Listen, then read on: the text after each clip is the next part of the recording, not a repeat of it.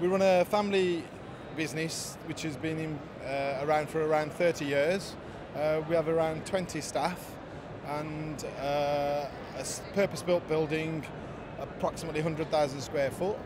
We have about 350 kitchens and bathrooms on display, and our customer base is middle to up market. No, I don't think we're coming out of a recession. I think we've got a long way to go yet, because until house prices start to go back up, we won't see any movement in new houses being sold.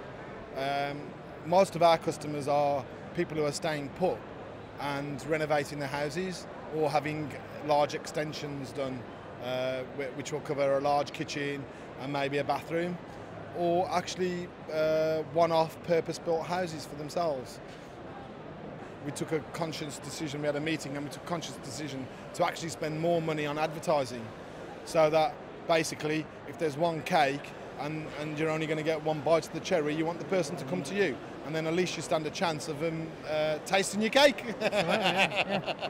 And I think manufacturers don't do anything to help retailers. You know, I think I said that before in some of our interviews, right? Yeah, manufacturers, they want you to sell, but they don't do anything to actually help you. What could they be doing?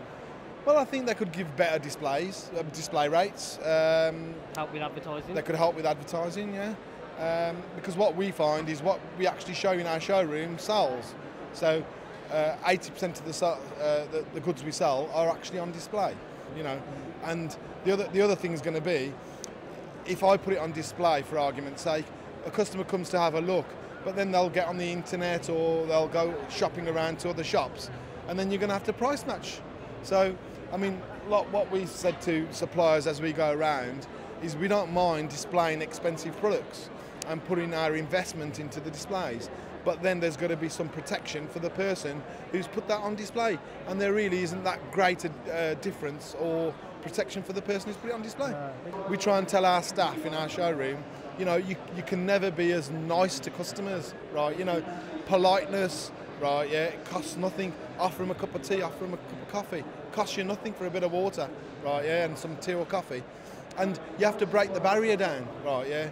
I mean, I've sold to several customers, and before we've even talked about their project, you know, we've chatted about holidays or their kids or the car or whatever, you know, so it's breaking the bond down really with the customer, you know. And business is done, like, if people get on, if you bond with somebody. I always think the sale is, or your bond is created within the first 30 seconds, right, yeah? You know, and the same when I have a phrase to all my staff: treat a customer like you want to be treated yourself. So there's a lot of business out there still to have, right?